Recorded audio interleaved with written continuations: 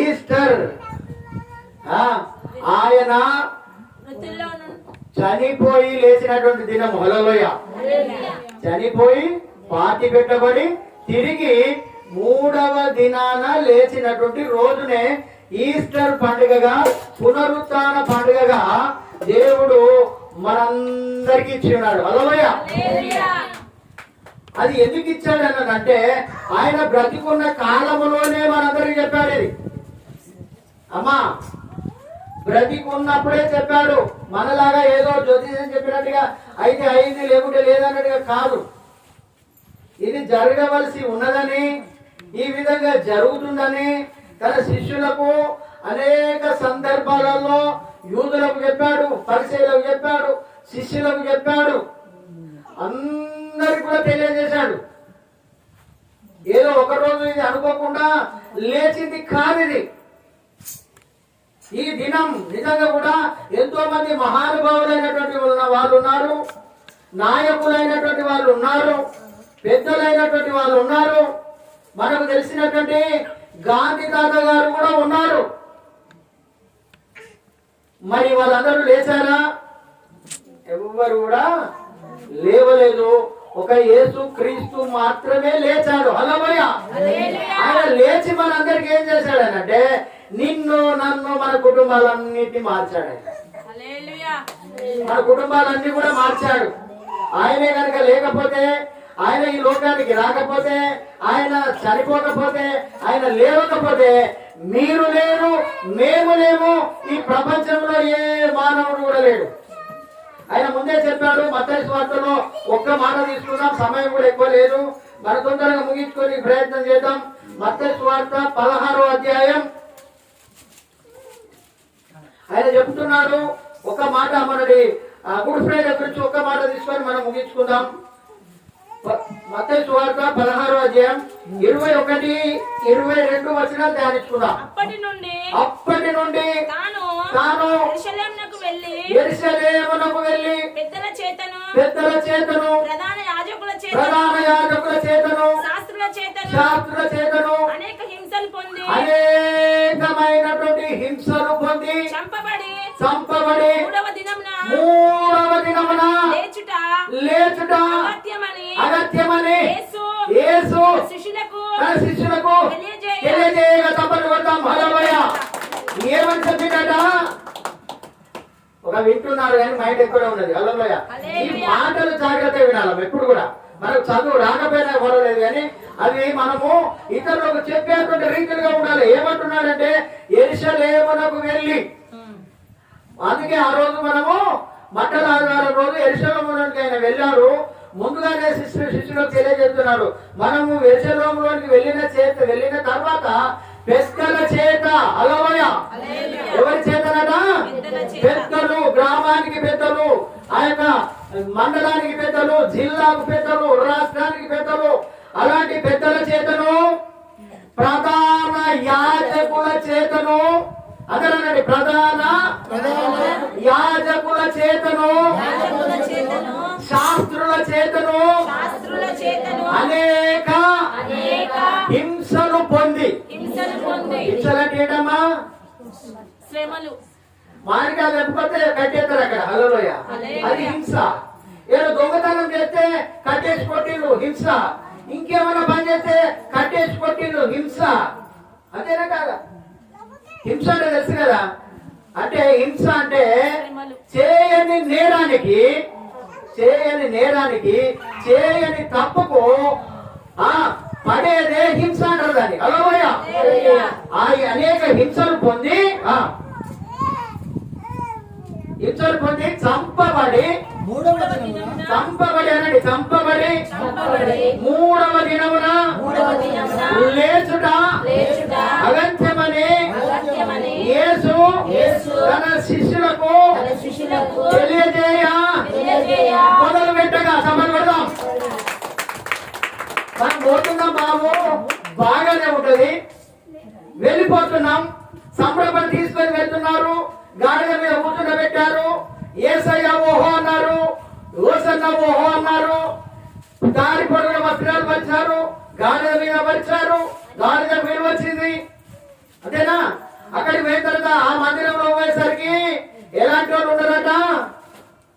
మందిరంలో ఎలాంటి ఉన్నారమ్మా? అనేకమైనటువంటి వ్యాపారాలు చేస్తున్నారు. హల్లెలూయా.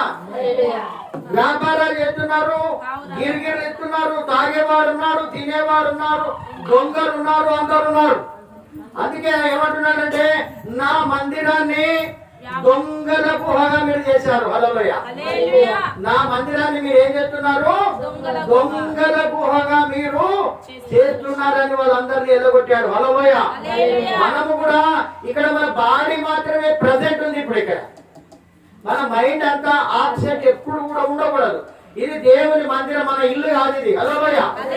మన దేవుని మందిరంలో ఏ రకంగా అనాలోచితంగా ఉండకూడదు, ఎలాంటి వేరే దృష్టితోటి ఇక్కడ కూర్చోకూడదు. ఇక్కడ అందుకే అంటున్నాడు, ఇక్కడ అనేక హింసలు పొందుతాను బాబు.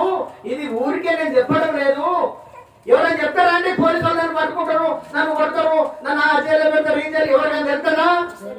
యేసు ప్రభువుకు తెలుసు కాబట్టి చెప్తున్నాడు. గట్టిగా తప్పని కొట్టండి. నీకు తెలియదు, నాకు తెలియదు. ఈయన మనం ఎందుకు కూర్చున్నామో నీకు తెలియదు, నాకు తెలియదు. ఇది గుర్తు పెట్టుకోవాలి ఎప్పుడైనా మనం.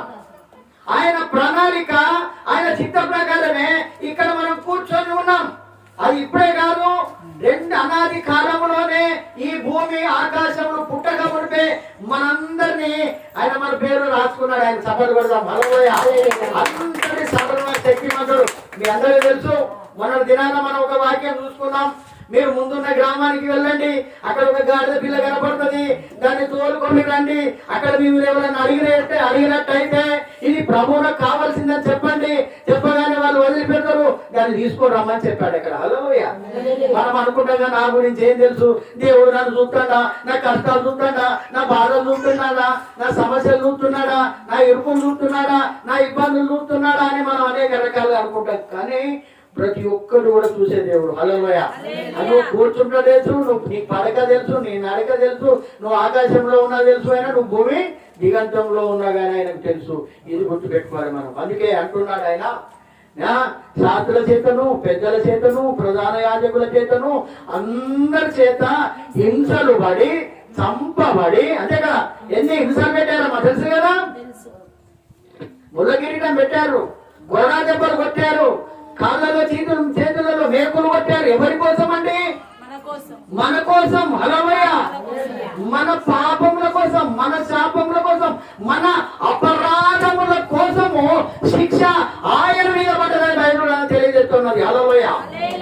మనం అబద్ధాలు ఆడుతున్నాం, మనం చుట్టాలు దాయటోళ్ళం, మనం సీరియస్ దాయటోళ్ళం, మనం మందు దాయటోళ్ళం, మనం సారీ చెప్పేవాళ్ళం, మనం మోసగాళ్ళం. మన అందరి కోసం ఆయన సిలువలో బలియాగమై ఈరోజు 3వ దినాన నేను తిరిగి లేస్తానని చెప్పానండి. హల్లెలూయా. ఎవరైనా తిరిగి లేస్తానని చెప్పే దమ్ము, ధైర్యం ఎవరికైనా ఉంటుందా అమ్మ? ఎవరైనా చెప్పిన వాళ్ళు ఉన్నారా? ఎవరు కూడా లేరు. అందుకే ఇక్కడ చెప్తున్నాడు ఆయన, నేను తిరిగి 3వ దినాన తిరిగి లేస్తాను. తిరిగి లేస్తాను. నేను చనిపోయానని అనుకోకండి. మీరు బాధపడాల్సినటువంటి అవసరం లేదు. నేను తప్పకుండా తిరిగి లేస్తాను. హల్లెలూయా. ఏదైనా ఊరికి పోయేటప్పుడు నేను పోతానంటారా? నేను పోయేస్తానంటారా? చెప్పండి అమ్మా. వెళ్ళొచ్చుడో వెళ్ళొచ్చుడో ఏదో ఒక భాష. హల్లెలూయా. అవునా కాదా? ఏమని చెప్తారండి? పోతానమని తమను తెలియకుండానే, కానీ గట్టంటానే గట్టంటానే నువ్వు పోయి వస్తాను అంతేనా కాదా? మరి యేసు ప్రభువు ఏమన్నాడు? ఏమన్నాడు ఆయన? నేను చనిపోయి తిరిగి 3వ దినాన లేస్తా. హల్లెలూయా. నేను 3వ దినాన లేస్తా. అంత దమ్ము ధైర్యం ఉండాలి క్రైస్తవులకు. హల్లెలూయా. క్రైస్తవుడు అంటే మామూలు వాడు కాదండి. ఎన్నో హింసలు సేవకులకు వస్తాయి, విశ్వాసులకు వస్తాయి. సంఘంలో ఉన్నటువంటి వారికి కష్టాలు, బాధలు, శ్రమలు, ఇరుకులు, ఇబ్బందులు, రోగాలు మనకే వస్తాయి. ఎప్పుడు కూడా గుర్తుపెట్టుకోవాలి. చాలా మంది మనల్ని అంటారు, మీరు ఏసఐ నమ్ముకున్నారు కదా, మీ ఏసఐ బాగు చెప్పారు కదా, మీ ఏసఐ కష్టాలు తీసేస్తారు కదా, ఎందుకు మీరు ఈ విధంగా బాధపడతారని వాళ్ళు అంటారు. మనం హల్లెలూయా అన్నా మనం నిరాశ చేయాల్సినటువంటి పని లేదు. మన ఏసఐ వాళ్ళందరినీ కాపాడేవాడు. హల్లెలూయా. అందుకే అంటున్నాడు ఇక్కడ, ఏమంటున్నాడు? 3వ దినంలో లేచుడగచ్చమని యేసు తన శిష్యులకు తెలియజేయ మొదలు పెట్టగా, పేతురు ఆయనను చేయి పట్టుకొని ప్రభువా ఇది నీకు దూరం అగును కాక. హల్లెలూయా. మేము ఒప్పుకోమయ్యా, మేము ఒప్పుకోము. నువ్వు చనిపోవడం ఏంది, మళ్ళీ తిరిగి చెప్పడం ఏంది, నేను బిర్రగా పట్టుకుంటామంటాడు. అరే చనిపోవడం ఎవరైనా ఆపుతారా అమ్మా? ఎవరైనా ఆపుతారా? ఎవరైనా ఏమంట చూడు, ఏది వాన వాన వాన వచ్చేది తెలియదంటే పానం పోయేది. నేను నువ్వు పనబడుతున్నాయని జరగకూడదు అంటున్నా. పేదలు వైపు తిరిగి అంటున్నా. నీకెన్నడూ నువ్వు కలగదని ఆయన గద్దింపసాగాను. అయితే ఆయన పేదరు వైపు తిరిగి, సాతానా నా వెనుకకు పొమ్ము, నీవు నాకు అభ్యంతర కారణమై ఉన్నావు. హల్లెలూయా. ఏ సాతానా, నేను తిరిగి లేకపోతే నీకు రక్షణ లేదు. నేను చనిపోకపోయి మళ్ళీ తిరిగి లేవకపోతే నీకు రక్షణ లేదు అని చెప్తున్నాడు. నువ్వే నాకు అభ్యంతర కారణమై ఉన్నావు. హల్లెలూయా. ఈ రోజున నీ భర్తే నీకు అభ్యంతర కారణం, నీ పిల్లలే నీకు అభ్యంతర కారణం, లేకుంటే నీ ఇరుగు పొరుగు వారే, నీ బంధువులే, నీ స్నేహితులే నీకు అభ్యంతర కారణంగా ఉంటారు. హల్లెలూయా. అందుకే అంటున్నాడు, ఆటంకములు రాక తప్పవు, కానీ అవి ఎవరి వలన వస్తాయో వారికి శ్రమ అన్నాడు. గట్టిగా సఫలు పడతాం. హల్లెలూయా. ఎప్పుడు కూడా యేసు ప్రభువును, ఆయనను ఎప్పుడు కూడా ఆయన మాట ఇచ్చి తప్పేవాడు కాడాయన. హల్లెలూయా. మనలాగా రెండు నాలుకలు ఉండవు. ఇంకొక మాట చూసుకుందాం. ఇదే మత్తయి సువార్త 26వ అధ్యాయము 31వ వచనం చూసుకుందాం. ఇక్కడ ఏమంటున్నాడో, అప్పుడు యేసు వారిని చూసి ఈ రాత్రి మీరందరూ నా విషయమై అభ్యంతర పడతారు. ఏలయనగా గొర్రెల కాపరిని కొట్టుదును, మందలోని గొర్రెలు చెదిరిపోవును అని వ్రాయబడి ఉన్నది. హల్లెలూయా. మన శిష్యులందరినీ దగ్గర పిలుచుకున్నాడమ్మా. కానీ జాగ్రత్తగా రెండే మాటలు ఇవి ఎప్పటికీ మీకు గుర్తుండాలని చెప్తున్నాయి.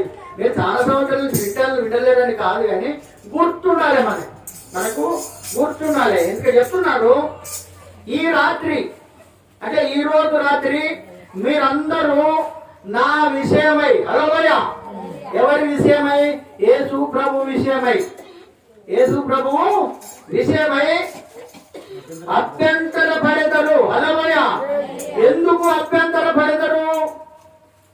ఎందుకు అభ్యంతర పడతారు అని అంటే, గొర్రెల కాపరిని కొడతారు. హల్లెలూయా. ఎవరిని కొడతారట? ఆయన ఎవరు? యేసుప్రభు ఎవరండి? గొర్రెల కాపరి. హల్లెలూయా. యేసుప్రభు గొర్రెల కాపరి సంగతి తెలుసా మీకు? ఆయన అంటున్నాడు ఇక్కడ, గొర్రెల కాపరిని కొట్టుదును, మందలోని గొర్రెలు చెదిరిపోవును. మందలోని గొర్రెలన్నీ కూడా చెదిరిపోవును అని వ్రాయబడి ఉన్నది కదా. గొర్రెల కాపరిని ఈ రోజు రాత్రి కొడతారు, మీరందరూ పరారై వెళ్ళిపోతారని చెప్తున్నాడు ఇక్కడ. నిజంగా కూడా యేసుప్రభుని పడుతున్నాక ఎవరైనా ఉన్నారా అక్కడ? ఎవ్వరు కూడా లేరు. అక్కడ కింది వచ్చిన 32 నేను లేచిన తర్వాత మీకంటే ముందుగా గలిలయకు వెళ్తాను. హల్లెలూయా. చక్కగా సపోర్ట్ కొడతాం. ఎక్కడికి వెళ్తాను అంటున్నాడు? నేను లేచిన తర్వాత. అమ్మా డిస్టర్బ్ కానీ, నేను లేచిన తర్వాత అంటున్నాడు. నేను లేచిన తర్వాత యేసుప్రభు బతుకుతున్నాడమ్మా. నేను చనిపోయి లేచిన తర్వాత ముందుగా గలిలయకు నేను వెళ్తాను. అందుకు పేతురు నా విషయమై అందరూ అభ్యంతర పడినను నేను ఎప్పుడును అభ్యంతర పడినని ఆయనతో చెప్పాను. హల్లెలూయా. అందరూ అభ్యంతర పడతారు, కానీ నేను అభ్యంతర పడను. నేను లేచిన తర్వాత ఎక్కడికి వెళ్తానని చెప్పాడమ్మా? గలిలయకు వెళుతాను. ఎక్కడికి వెళ్తానన్నాడు? గలిలయలోనికి నేను వెళుతాను. గలిలయలో ఉన్నటువంటి ప్రజలు ఎలాంటి వారట? ఎలాంటి వారు గలిలయలో ఉన్నటువంటి ప్రజలు? గలిలయలో ఉన్నటువంటి ప్రజలు చీకటిలో ఉన్నారు, పాపములో ఉన్నారు, అంధకారములో ఉన్నారు, శాపములో ఉన్నారు, దరిద్రతలో ఉన్నారు. ఏ ఆదరణ లేక ఉన్నారు అలాంటి ప్రజల దగ్గరికి నేను వెళ్తానంటున్నాడు ఇక్కడ. అలాంటి ప్రజల దగ్గరికి నేను వెళ్తాను. నేను లేచిన తర్వాత నేను గలిలయలోనికి వెళుతాను, నేను గలిలయలోనికి వెళుతానంటున్నాడు ఇక్కడ. హల్లెలూయా. నేను లేచిన తర్వాత ఏదో రాత్రి పడుకొని తెల్లారగానే నాకు ఇలా ఆరాధన ఉన్నది, నేను ఆరాధన పోతానంత ఈజీగా చెప్తున్నాడు. కనుక సభలు కొడదాం. హల్లెలూయా. బ్రతికున్నప్పుడు చాలా సార్లు సవాల్ విసిరాడు ఆయన. ఏమన్నాడనంటే, ఈ ప్రాణము పెట్టుటకు నాకు అధికారం ఉన్నది, ఈ ప్రాణాన్ని తిరిగి తీసుకొనుటకు కూడా నాకు అధికారం ఉన్నది, అది నా ప్రభు వల్ల నేను పొందుకున్నాను. హల్లెలూయా. మనకు అధికారం లేదు. నువ్వు ఒకవేళ ప్రాణం తీసుకుంటావు కాదు, కానీ ప్రాణం మాత్రం ఈ లోకంలో ఉన్నటువంటి ఏ మానవుడు కూడా ఎక్కించలేడు. ఆయనకు అధికారం ఉన్నది. ప్రాణం పెట్టుటకు అధికారం ఉన్నది, నాకు తీసుటకు అధికారం ఉన్నది. నా ప్రాణము ఎవడు కూడా తీయలేడని చెప్పాడు ఆయన. ఎవడు కూడా నా ప్రాణం తీయలేడని చెప్పాడు. ఈయన లేచిన తర్వాత ఎక్కడికి వెళ్తానన్నాడు? గలిలయలోనికి వెళ్తానన్నాడు. ఈ ఒక్క మాట చూసుకొని మనం ముగించుకుందాం. 28వ అధ్యాయం, ఇదే మత్తయి సువార్త. ఈ ఒక్క మాట చూసుకొని ముగించుకుందాం. 28వ అధ్యాయం 5వ వచనం, 6-7 వచనాలు. దూత ఆ స్త్రీలను చూసి హల్లెలూయా. ఆ స్త్రీలు అంటే ఎవరు? ఇంతకుముందు మనం చదువుకున్నాం. సమాధి దగ్గరికి వెళ్ళారు, సమాధి యుద్ధకు వెళ్ళారు. స్త్రీలు ఎక్కడికి వెళ్ళారట? యేసు ప్రభు లేతానని చెప్పాడు కదా, సమాధి దగ్గరికి వెళ్ళారు. దూత ఆ స్త్రీలను చూసి మీరు భయపడకుడి. సభను కూడా మీకు చెప్తున్నాడు మాట. మీరు భయపడకుడి, మీరు వెళ్ళి సిలువ వేయబడిన యేసును మీరు వెతుకుచున్నారు. ఎవరిని వెతుకుతున్నారు? సిలువ వేయబడిన యేసును వెతుకుచున్నారు. స్వయంగా మాట్లాడుతున్నాడు ఇక్కడ దూత. సిలువ ఎవరిని వెతుకుతున్నారు? ఎందుకోసం? సమాధికారి వేలు చెప్పమ్మా. యేసును వెతుకనికే పోయారు అక్కడికి. కానీ యేసు అక్కడ లేడు, లేచాడు ఆల్రెడీ. సమాధిలో లేడు, సమాధి తెరవబడి ఉన్నది. ఇంకొకటి గుర్తు చేయాలి, ఈ ప్రపంచంలో తెరవబడిన సమాధి ఎవరిదేనంటే ఒక యేసు క్రీస్తుది మాత్రమే. అన్ని సమాధులు మూయబడి ఉన్నాయి, భూమిలో మట్టిలో కలిసిపోయాయి. కానీ ఒక యేసు ప్రభు సమాధి మాత్రం ఇప్పటికీ కూడా నిదర్శనంగా ఇజ్రాయెల్ దేశంలో ఉన్నది. హల్లెలూయా. అందుకే ఇక్కడ అంటున్నాడు, మీరు సిలువ వేయబడిన యేసును మీరు వెతుకుతున్నారని నాకు తెలియను. ఆయన ఇక్కడ లేడు. హల్లెలూయా. ఆయన ఇక్కడ లేడు. ఎక్కడుంటాడు? ఎక్కడ చెడిపోయిన ప్రజలు ఉంటారు, ఎక్కడ నాశనమైన ప్రజలు ఉంటారు, ఎక్కడ చెదిరిపోయిన ప్రజలు ఉంటారు, వాళ్ళ దగ్గరికి వెళ్ళాడు. ఆయన ఇక్కడ లేడు. తాను చెప్పినట్టే ఆయన లేచి ఉన్నాడు. గట్టిగా పలుకుదాం. హల్లెలూయా.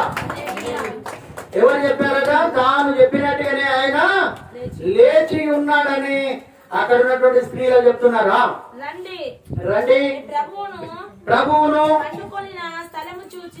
ప్రభు పండుకొనిన స్థలము చూసి త్వరగా వెళ్ళి ఆయన మృతులలో నుండి లేచి ఉన్నాడని ఆయన శిష్యులకు తెలియజేయండి. హల్లెలూయా. శిష్యులకు చెప్పాడు, నేను లేచిన తర్వాత నేను గలిలయకి పోతా అని చెప్పినటువంటి మాట మరలా దూత కూడా అక్కడ ఉన్నటువంటి స్త్రీలకు తెలియజేస్తా ఉన్నాడు. ఆయన లేచిన తర్వాత చూడండి, ఇదిగో ఆయన గలిలయలోనికి మీకు ముందుగా వెళుచున్నాడు, మీరు ఆయనను చూతురు, ఇదిగో మీతో చెప్పి తిని. హల్లెలూయా. ఇదిగో నేను మీతో కూడా చెప్తున్నాను, ఆయన ఇక్కడ లేడు. ఆయన ఎక్కడికి వెళ్ళిండట? గలిలయలోనికి వెళ్ళిపోయాడు ఆయన. గలిలయలో ఉన్నటువంటి ప్రజలందరూ చెడిపోయి ఉన్నారు, నాశనానికి చేరువలో ఉన్నారు, అంధకారములో ఉన్నారు, పాపములో ఉన్నారు, చీకటి ఛాయలలో ఉన్నారు. అలాంటి వారి కోసము మరలా వారి దగ్గరికి వారికి తెలియజేయడం జరిగింది. మరలా ఏమంటున్నాడంటే, నా శిష్యులకు కూడా ఆయన శిష్యులకు కూడా మీరు తెలియజేయండి. హల్లెలూయా. ఆయన లేతాడో లేవడో అనుకున్నారు వాళ్ళు శిష్యుడు కూడా. అమ్మా నా శిష్యులకు తెలియజేయండి అంటున్నాడు. చదువు. వారు భయముతోను మహా ఆనందముతోను సమాధి యొద్ద నుండి త్వరగా వెళ్ళి ఆయన శిష్యులకు ఆ వర్తమానము తెలుప హల్లెలూయా. ఆ వర్తమానం చెప్పాలని వాళ్ళు ఏం చెప్తున్నారట? పరిగెత్తుచున్నారు. హల్లెలూయా. దేవుని పని అన్నా, దేవుని సువార్త అన్నా, దేవుని మందిరంలోనికి రావాలన్నా పరిగెత్తుకొని రావాలట. హల్లెలూయా. ఆ స్త్రీ ఎట్లా పోయిందమ్మా? పోతామది. ఇక పోయినోడు ఎట్లా పోయిండు, మళ్ళా మనకు కలుతాడా, మన దగ్గరకు వస్తాడా అని అనుకున్నారా వాళ్ళు? అనుకోలేదు. ఆయన దూత ఏ రకంగా చెప్పిందో ఆ రకంగా ఆయా వాళ్ళ శిష్యుల దగ్గరికి వాళ్ళు పరిగెత్తుకొని ఉంటున్నారా. అయ్యా ఏసై ఇక్కడ లేడు, ఏసై లేడు, అక్కడ దూతమని చెప్పింది అని వాళ్ళకు తెలియజేస్తున్నాడు. ఆయన చెప్పిన విధంగానే లేచాడు, ఆయన గలిలయలోనికి వెళ్ళిపోయాడని చెప్పినట్టుగా కూడా ఈ సందర్భం మనం చూస్తా ఉన్నాం. హల్లెలూయా. ఇంకొక మాట కూడా మనము అక్కడ ఉన్నటువంటి పిలాతు దగ్గర పోయి ఒక వ్యక్తి మాట్లాడుతున్నాడు. ఆ మాట కూడా 27వ అధ్యాయం దీంట్లోనే అది ముగించుకున్నాను. 27వ అధ్యాయం 63వ వచనం. అయ్యా ఆ వంచకుడు అప్పుడు భూమి మీద బతికున్నప్పుడు 3 దినములైన తర్వాత నేను లేచానని చెప్పినది నాకు జ్ఞాపకం ఉన్నది అంటున్నాడు ఇక్కడ. హల్లెలూయా. ఆ వంచకుడట యేసు ప్రభుని ఏమంటున్నాడు?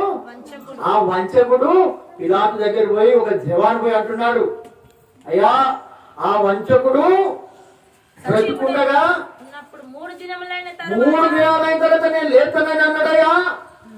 అది నాకు జ్ఞాపకం ఉన్నది. హల్లెలూయా. అది నాకు జ్ఞాపకం ఉన్నది. కానీ మనకు వాక్యాలే గుర్తుంటాయి. చూడండి, ఇలాంటి విషయాలు ఎవరికైనా గుర్తుకుంటాయి. దేవుని విషయాలు సాధారణ కాదు, వాళ్ళను మధ్య మరిపింపజేస్తాడు. అందుకే ఇక్కడ అంటున్నాడు, వాడు చెప్పింది మాకు జ్ఞాపకం ఉన్నది అని చెప్పగానే కాబట్టి 3వ దినం వరకు సమాధిని భద్రం చేయాలి, కావాలి, బాగుండాలి. హల్లెలూయా.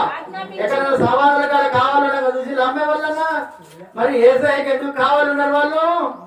మనుషులకు దేవునికి అదే తేడా. హల్లెలూయా. మనకు ఆయనకున్న తేడా అది. మాగపోయిడని ఎవరు అంటారు, అంతేనా? అయ్యో మంచోడు ఉండేది ఎవరు అంటారు. అంతేగా మానవుల సభ ఏంటి, అంతేగా మానవులు, అంతే కదా. ఆయన తేడా పోయాడు, అందరితో ఆయన పోయాడు, ఆయన ఆమె చెప్పేసి పోయాడు అన్నట్టు. కానీ ఇక్కడ సమాధిని భద్రం చేశాడట. చెప్పినది మాకు జ్ఞాపకం ఉన్నది కాబట్టి 3వ దినం వరకు సమాధిని భద్రము చేయ ఆజ్ఞాపించుము. వాని శిష్యులు వచ్చి వాని ఎత్తుకొని పోతారో ఏమో, మన లేచినని అందరితో చెప్పి అబద్ధాలు ఆడిస్తారు. వాళ్ళ శిష్యులు మంచోళ్ళు కాదు. హల్లెలూయా. చూడండి ఎంత దేవుడి శిష్యులు అంటే ఎంత వేలాకోళం చూడండి. ప్రజలకు దేవుని శిష్యులు అంటే వేలాకోళం, దేవుని ప్రజలంటే ఇప్పటికీ కూడా మనందరినీ చూడగానే అగో హల్లెలూయా కాదు, హల్లెలూయా హల్లెలూయా, వాళ్ళు హల్లెలూయా అట, హల్లెలూయా హల్లెలూయా అంటారు మనలను.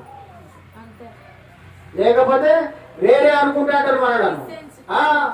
ఇక్కడ చూడండి, ఈ సందర్భము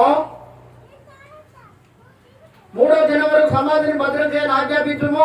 వారి శిష్యులు వచ్చి వారిని ఎత్తుకొని పోయి ఆయన మృతుల్లో నుండి లేచనని ప్రజలతో చెప్పుదురేమో.